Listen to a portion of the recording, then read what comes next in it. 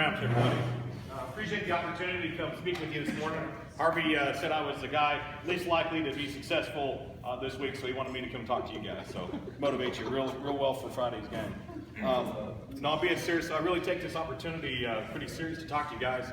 I think you guys are a good group of guys. I'm very proud of you. I've been part of this Falcon varsity football program for a little over 6 years. From my kids being in the program, being a cameraman, being a color man, being on the broadcast team, to just being a proud parent, watching you guys grow up. It's been a lot of fun, so appreciate that. I want you guys to know that we watch you on the field and we watch you off of the field. I don't know if you guys know that. When we watch you around town, we see you. Whether you see us or not, we see you. So that's a good reminder to you guys. When you guys are out there, it doesn't matter if you got any jersey on, doesn't matter if you have your number on, we know who you are, and we're paying attention. We're watching for you guys to be those leaders, to show up in our community, to show our younger kids what to do. So I want to tell you a little bit about my story, kind of what makes me tick, what drives me, some of my passions, and where I came and where I got that from. It's not all roses, it's not all success. You guys show up and work hard every week in practice, do you not? Okay? It's the same thing in life each and every week. In 7th grade, I grew up in Lawrence, Kansas. I grew up in kind of the less affluent side of town. Basketball is a big deal up in Kansas. You guys might have heard of a little team called the Kansas Jayhawks. They play a lot of basketball. Not so much on the football, right? And now the Keegans up there, maybe so, right? In 7th grade, five kids had the opportunity to try out and make the 8th grade basketball team. And less affluent side of town. I was one of 2 white kids that made the basketball team. We played on the 8th grade squad. Now, sounds like a great privilege, and it was. Basically, I was practice squad each and every week. We would show up, and our coach would work the dog crap out of us. You guys know what I'm talking about? Okay? Throw it up, middle of practice, get back out there, do the drill, keep going, right? Kids passing out. You guys been there? Okay? That's what I had. Okay? So, now, the exciting thing is that next year, when my 8th grade year came around, we were going to be the top dogs, right? Okay? So my parents moved, that's great. I got to go over to the other side of town, nobody knows who I am. I got to start all over again, okay? Fast forward to my 9th grade year. I'm playing with the best talent in my town. It's a 6A high school. There's one high school, everybody's in, everybody plays basketball, everybody plays football. It's super, super competitive. My coach tells me I am one of 2 players going to be one of the starters. The best athlete in the entire district and myself. I've earned that spot. I got a big head about myself. I thought I got this. I stopped trying to practice. I stopped working as hard as I could. Somebody else came along and took my spot. I worked all season long working on a team that I felt like was my spot. I should have been a starter, and somehow I had found myself between the A squad and the B squad. Okay? I don't know if any of you guys can relate to this. Working your butt off, week in and week out, wanting to earn a spot, watching your best friends out there playing a game, and I was super embarrassed. Here I was. All these guys are getting, all these accolades for basketball. I got boards up at school. Everybody's talking about rebounds and free throws. I don't even get in the game more than maybe 20 seconds because I'm substituting at the end of a 3rd quarter, at the end of a 2nd quarter. And I can't play on B squad because I play in and substitute in on the A squad, okay? So I was super frustrated. I spent about 3 or 4 games really just being sorry for myself, feeling like, gosh, somebody did this to me. I don't understand. Why can't I be playing? This is my spot. Finally, my coach came to me, sat me alongside and said, you have an opportunity. You make what you want of this situation, okay? I will put you in when you have earned that spot. And so he gave me a little talk by Larry Brown that I took to heart. And it talked about whether you're in the game or whether you're on the sidelines. You show up each and every week to practice. You put the same effort in as a guy that was starting and putting it in. And I took that really serious. I worked my tail off the rest of the season. I started getting a little bit more playing time each and every week. You could see it going. By the time we hit to tournament time, there was nobody on my team that could compete with me. I was beating everybody at practice, making everybody look silly. My coach came to me and said, you've done a great job. You've earned my respect. This is the last B game. I'm going to let you play whatever you want to play. The entire game, you pull yourself out. I don't care if you play the entire game. You've earned that right. A minute and 30 seconds into that game, I scored 7 points, had 4 steals, had 2 blocks. I was running down to get another block, and I was so amped up and so excited about what I was doing. I actually hit we're playing at a pretty small gym there in Lawrence, Kansas, and actually hit a wall and dislocated my hip in and down. Are you guys familiar with Bo Jackson? Anybody heard that name? Okay? So it's a Bo Jackson type of injury. It's one of the most painful things you can have. My hip was dislocated for almost 4 hours, okay? So it must pass 4 hours, you're probably going to have a hip replacement, probably, because blood flow gets interrupted. So you know, here was my dream opportunity. I'm on top of my game, and then now I get injured. Okay, pretty hard for me to come back from.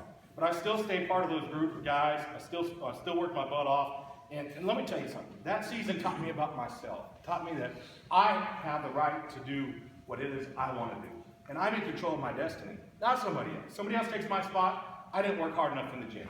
I didn't put the time in. I didn't go to the skills practice. I didn't, on my own, take the opportunity to get better at my position, whether anybody else was or not. Okay, so super competitive environment, and being part of a team is one of the most special things you can do, because learning to work with people, whether you like them, whether you respect them, whether they hung the boots to you, being able to work in that environment is going to help you outside of this life, past this team, past this opportunity.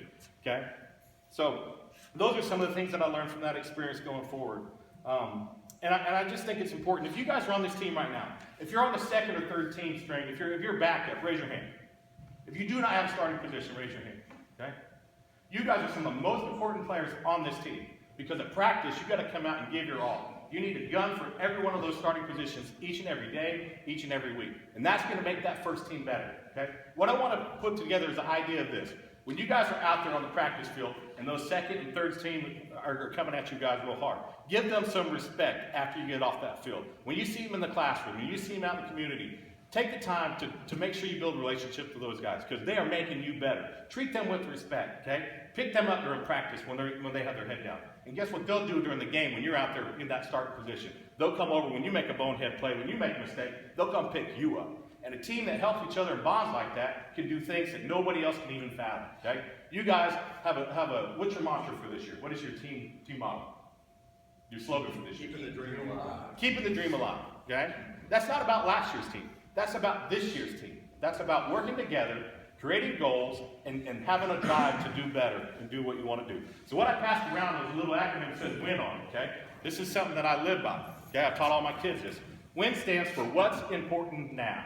Can you repeat that? What's important now? Okay? So what that means, it's Friday morning. Get your butt up and get to breakfast here. Okay? Who was late? Okay? Is that it? What does that say to the rest of your team? You guys more important than everybody else?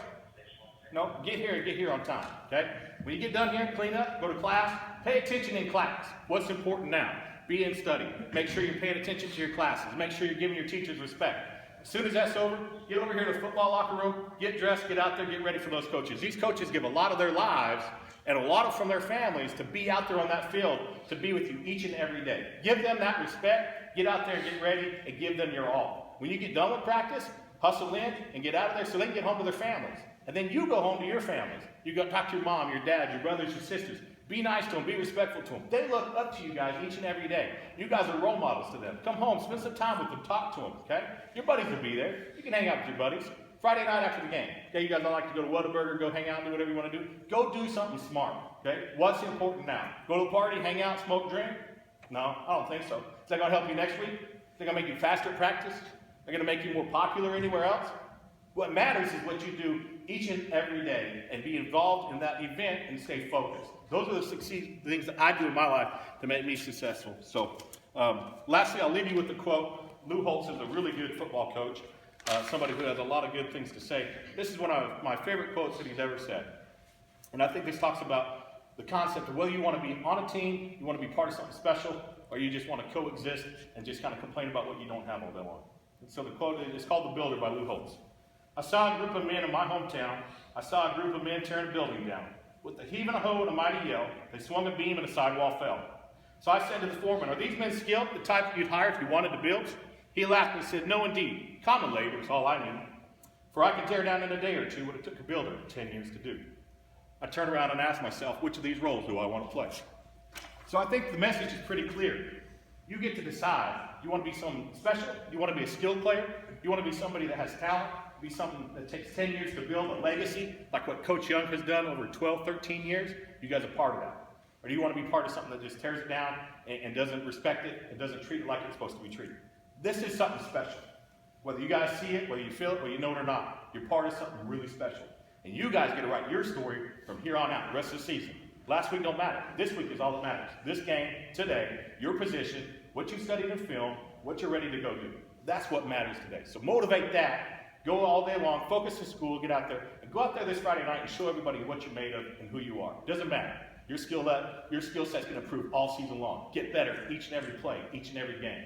And these coaches are behind you 200%, and so are we. Go Falcons.